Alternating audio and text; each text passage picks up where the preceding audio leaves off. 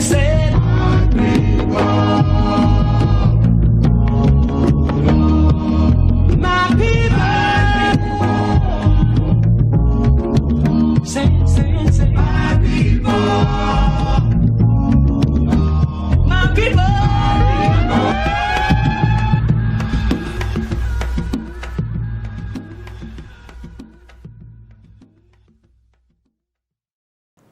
Creating unity in the community since 2009 celebrates African and Pan-Africanism to strengthen the movement and the bonds of solidarity through the practice of Kwanzaa culture and ancestry traditions. Kwanzaa, the Nguzo Saba, reinforces lifestyle, honoring family values, humanitarian, and dignity. Our activities strengthen the values and skills of social activism, education, and leadership for our youth to teach from generation to generation. We unite with performers, vendors, and speakers to honor our ancestors by acknowledgement of libation for unity in the community. I always say we have a choice for change and accountability to rejuvenize our community. And today I have a special guest.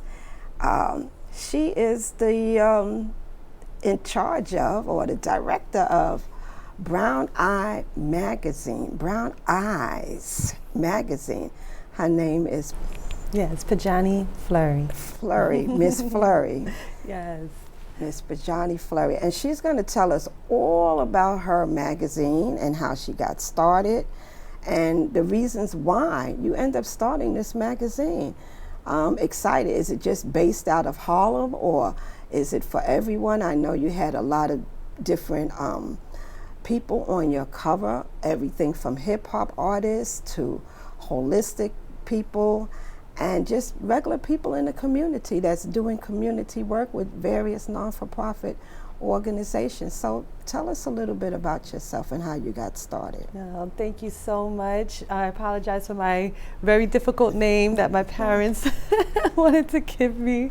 And I'm so excited to be here with yourself, because you are one of the people that have graced the cover of one of my publications. So as you said, I am the publisher of Brown Eyez Magazine, and I'm also the publisher of Behind the Scenes magazine, which featured you. And my work is centered around arts, culture, and entertainment, and also a lot of it is based on like positive entertainment. That's where I started. When I first came on the scene as I would say just like a freelance journalist. Let's just call it that. I was just going around and meeting people really and enjoying myself at different events. And I wanted to highlight especially the positive artists, because I felt they weren't getting as much attention or as much coverage as the other mainstream artists or artists that weren't making positive music and positive entertainment. Correct. So I definitely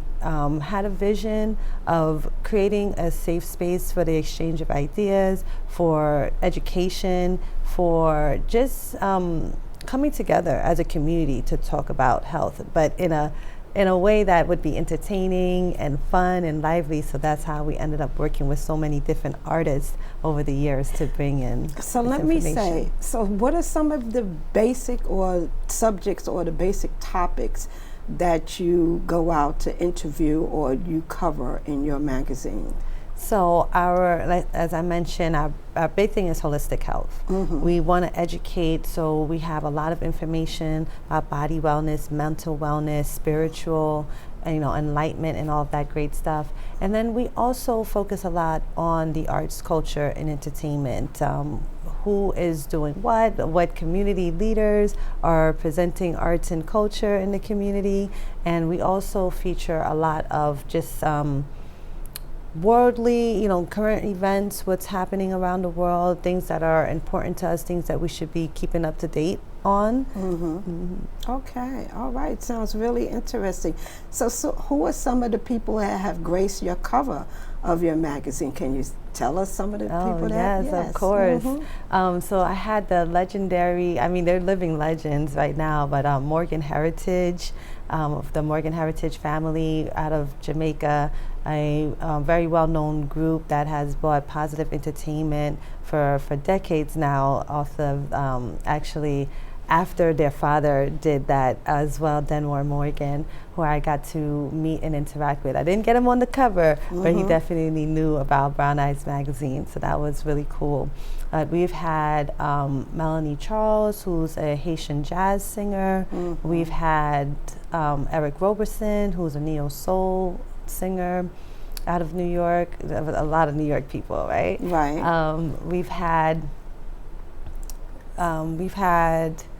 D Black actually this year. D Black is a poet, very well-known poet on the scene. Yes. I mean, the list could just go on and on and on. Oh, the Last Poets, that's actually one that I'm really proud of. We actually just did that one on Behind the Scenes magazine, and it's their 50th anniversary as well as the 50th anniversary of hip hop. So we have some people that we're going to be putting together a special issue. So people definitely gotta look forward to that. I've had one of the members a couple of years ago grace the stage of creating unity in the community for our Parkchester annual Kwanzaa event. It was Baba Abiodun. Nice. Yes. So he spoke, and a lot of people was very, very surprised, especially the younger audience that is not familiar with, his genre, the beginning, I feel, of rap, along with Gil Scott-Heron, So to me, they are the true, back in the days, pioneer that really birthed hip-hop, So that's really, truly exciting. So who else do you plan to have, in the future for your magazine? Oh, everyone that I could get. But we are looking forward to Heidi Z, DJ Superior. That's going to be in our upcoming issue. Big Man Entertainment is also getting a nice feature with Kwasi. Big Man Entertainment is just like all over the city. He's doing a lot of great work.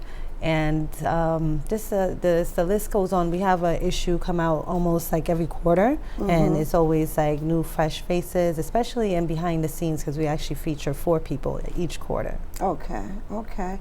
I just also wanted to just briefly, I did a little research, and I also saw that you had Professor Griff. Yes, we did. How could I forget? That should have been on the top of my list. So how is he doing? Because at one time I was trying to have him for the Parkchester annual Kwanzaa event, but he couldn't get to New York at the time.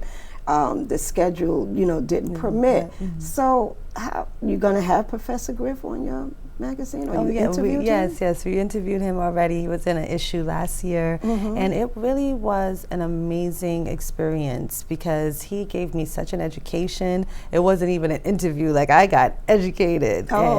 He just let me know so many things, and we had like a discussion around hip hop, around music and community, and what it really means, especially from where he was coming from. An artist like him at the time. And unfortunately, hip hop, what it looks like right now is not what it looked like when Fight the Power came out.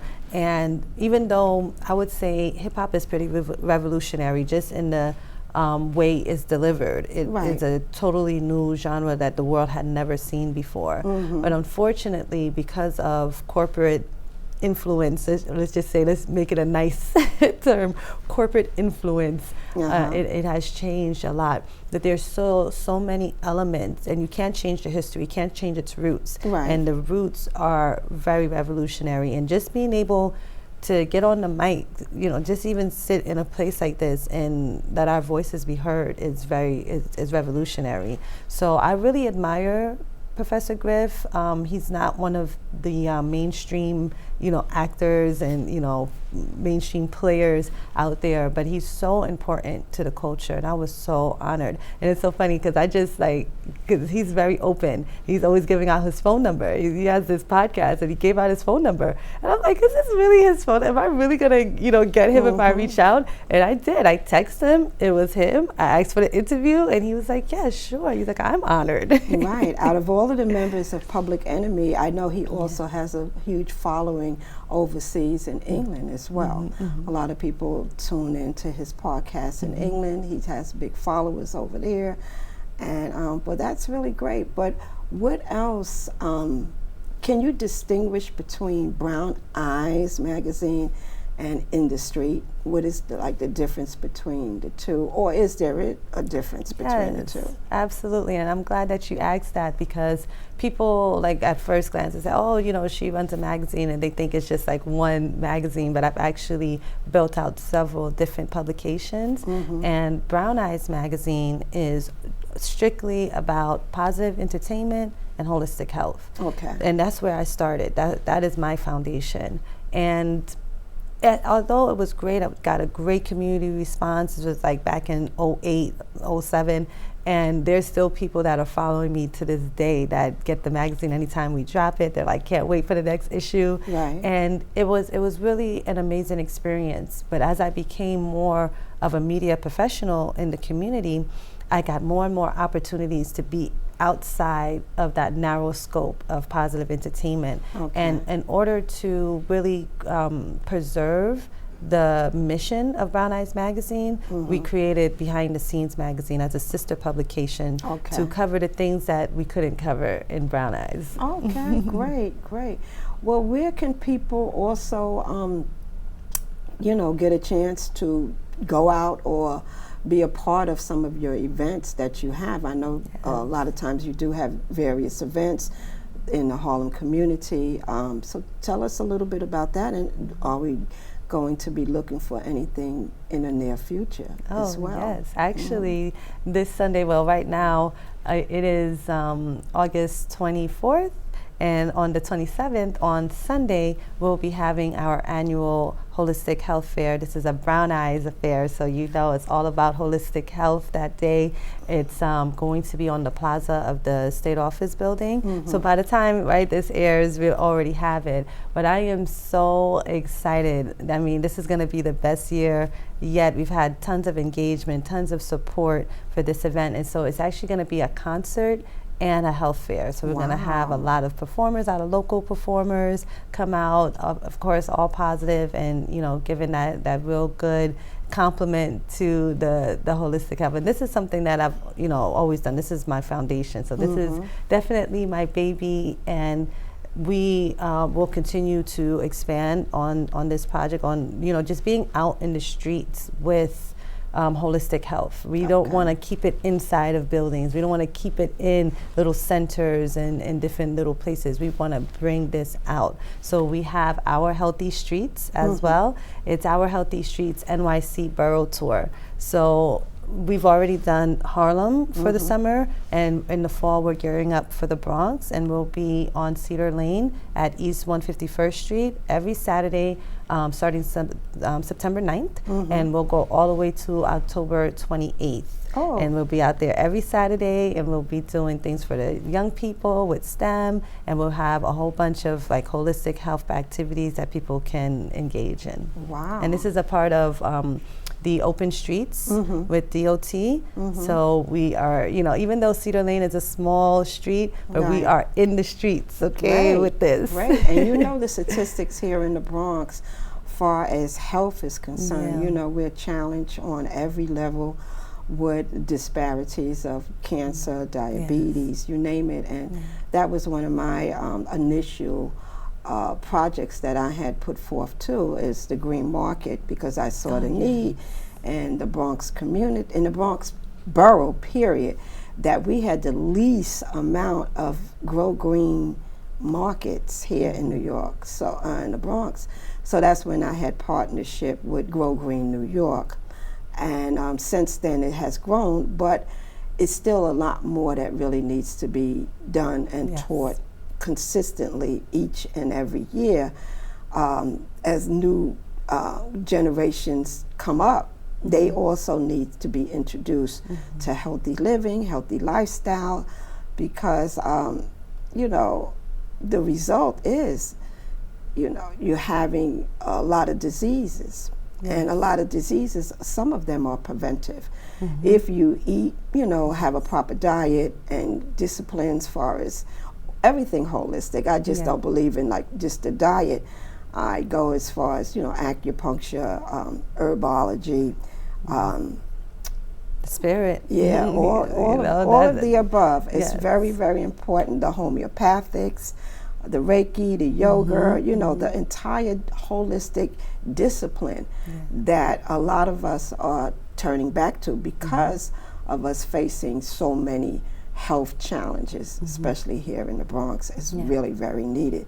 So I commend you on definitely on that and on everything. Thank you so much. But how do people find you? Where can we find you if someone wants to look up and find out, you know, what your next event is or where you're going to be at or who's going to be featured in your magazine, and, you know, what are some of the future publications on social media that people can find you on? Okay, so I usually send people to my website or my social media, and then from there you can link to the other websites and products and services that I have. So it's PojaneeFleury.com, and that way you get to know my name a little bit. Okay. You're gonna learn how to spell my name, guys. You'll type that in, PojaneeFleury.com, and you could also go to BrownEyesMag.com as well. And on Instagram, I'm BrownEyesPJ. Right, can't forget that. Brown Eyes PJ and Brown Eyes Mag for the magazine, behind the scenes mag, and I have tons of other, you know, handles. But if you go to my main site, you'll get all of that. Okay, and I apologize for stumbling on your name, Fleury, no because problem. my last name is really could be very difficult for some people to understand or even pronounce or whatever. And you know, so. I get it. But also I wanted to find out from you any other events besides, you know, any other future endeavors that you may have, like maybe, you know, what are your plans for 2024? You know, how you may start out the year, what will y'all be looking at towards in 2024? Yeah, I'm definitely looking forward to 2024. I mean, Our Healthy Streets NYC just started this year, but it really is Our Healthy Streets NYC Borough Tour. Like, that's the official name because we want to be in every borough. We want to be in the streets. So we're going to be applying for funding to make sure that we can have enough resources where we can bring a healthy street near you. We want people to have access to these things right in their neighborhood. It doesn't have to be, you know, somewhere where there's people that don't look like us, that are talking about health, that you don't understand, or you just don't feel you want to interact with on that level. So we're going to service our own people, and we're going to do as many locations as possible. So if people want to support that, you can go to ourhealthystreetsnyc.org for more information. There's a sign-up sheet. You can volunteer, you can sponsor and participate if you want to be a presenter, anything like that. So we're definitely looking forward to that, myself and my partners, Holistic Harlem, Powerful Pioneers, the Princess Eunice Foundation, all of my partners. Thank you all so much, because the support is really is real, and people are really supporting and just understanding what I really want to do with this project. Because it's one thing when you just have a good idea, but when other people rally behind you and they say, yeah, that's a good idea, we want to do this with you, it really does make the difference. And so I'm really excited about that. And I just want to mention about what you said in terms of what needs to happen in our community to address the disparities in health. And we look at other communities and their health is up here, and like, you know, honestly, when you look at it, if you've ever listened or looked at any statistics of any disease, any modern disease right now, even COVID-19, which I was not surprised of, because it's like almost every disease or ailment, they will tell you that the African American community is the majority of the people that are dealing with that ailment. I mean, from autoimmune, if you're talking about mental health, eating disorders, if you're talking about suicides and young people suicide, if you're talking about diabetes, if you're talking about cancer, any ailment that you can think of, if you do the research, African Americans at the top of the list in terms of those that are affected by it. So that's really, we really have to pay attention. We really have to understand what we're up against, the challenge, right? Because it's not more so just about the education, it's about the value of that education. Because if people don't see the value of them really addressing their health, we can tell them all day, we can educate them, we can give them the resources and the materials and all of this, but if they themselves don't find the value of their own health, it's like fighting a losing battle. So it's really, that's where I want to go, raising the consciousness, raising the understanding of how important we are and how important our health is. Everything in this world is like recorded, right? It's like if there's 1,000 Black people, they know everything about us. These, 900 of them died of cancer or whatever the case may be. These are all historical records. All of us are a part of the unfolding history. So we really have to think about it like, okay, do we want to go down like this? Do we want to go down in history like this? I think it's a whole combination of all of the above. A lot of times, we have to really collectively advocate for our health. We have to advocate for doctors that are going to listen to us, doctors that are going to take all of the exams that is actually needed in order to help prevent some of the health disparities that we have. It's a combination of all of it, and we don't have enough people as scientists or in the labs really providing a lot of those services for us, because a lot of times we do go to the doctor. We do take whatever medications and things that can prevent. But a lot of times it's not all about medication, it's about prevention, and so it comes from all aspects, whether it's the nursing, whether it's the clinic on the corner. We really have to be that true advocate. We have to look at those blood results and find out or educate ourselves on the reason why, you have a lower magnesium or a higher potassium. What does that mean? And really advocate. One of the things that I noticed also with organizations, a lot of times if we partnership or start organizations that's really coming down, we need more people to lobby for our health as well. My family grew up in the South. Everything they grew, they ate. They didn't go to the supermarket. Oh, wow. And that was like in the 80s, okay? And a lot of them are still down there doing the same thing.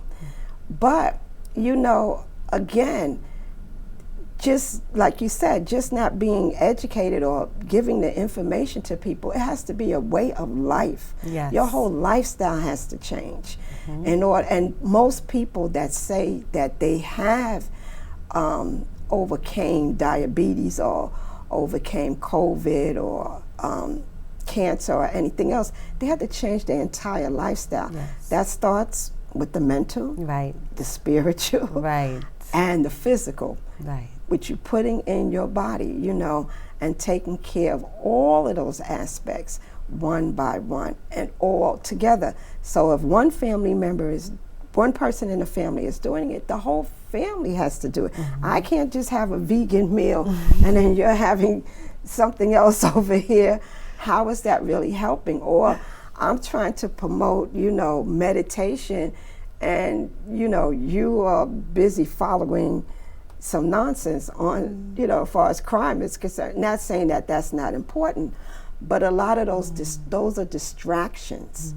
And if we focus on the real issues, then you don't have those distractions. You don't have people going around wanting to murder or kill or whatever. You don't have all of the crime rates going up, or the addictions going up, or even the mental health going up, because you're collaborating and you're so busy concentrating on promoting that lifestyle where you need to go to the mountains and sit down with nature and just relax for a minute and just breathe.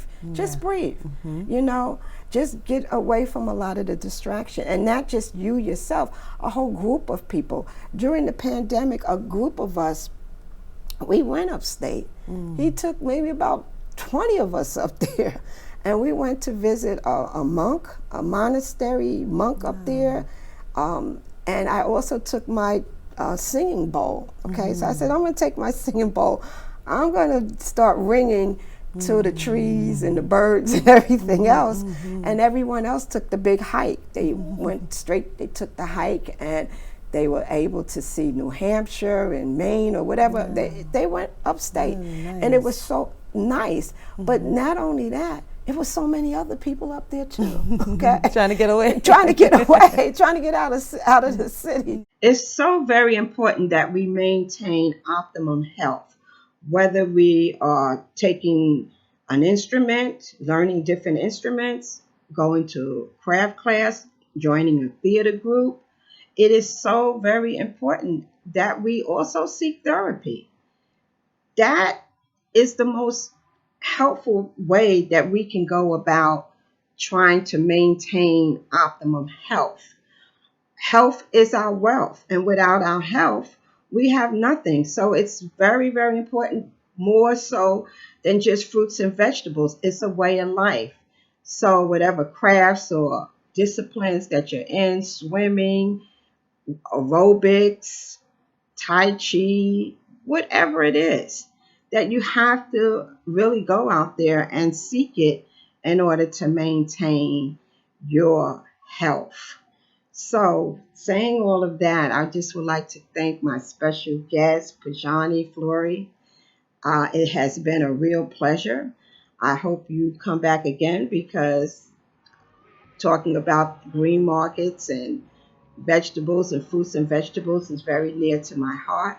So I would like everyone to please like and share this segment. Until we meet again, thank you, and thank you to my special guest. Airwaves all day, lurking every corner like that roach in the hallway. Tribal, sacrilegious ceremonies. We got machetes, but I put the double barrel to your homie. Can't teach this, my DNA, kid, I bleed this. Genius, drop part one and made him fiendish. Brothers trying to sound deep, talk about Egypt. I tell him take a trip there before you start speaking. Abidjan, Don, Stylus, Burkina Faso. Murder y'all slow while I'm swerving through Lagos. God knows I'm nice. Large bowls of rice, it's a gold mine. We rock, keep large goals in sight. You know what I mean? Say it, say it, say it.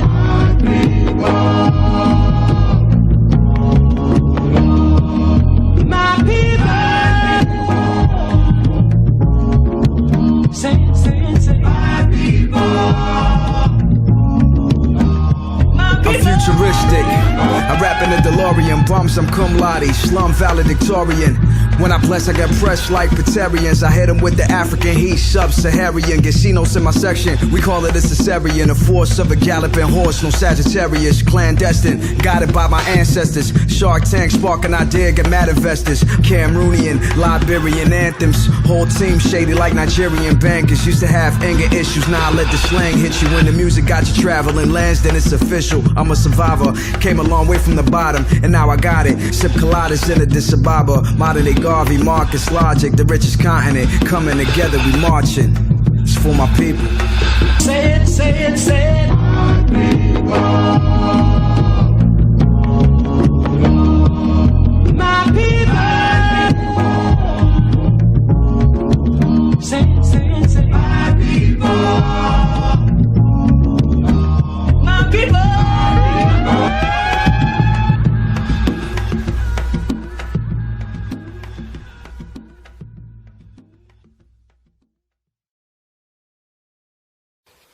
Brr.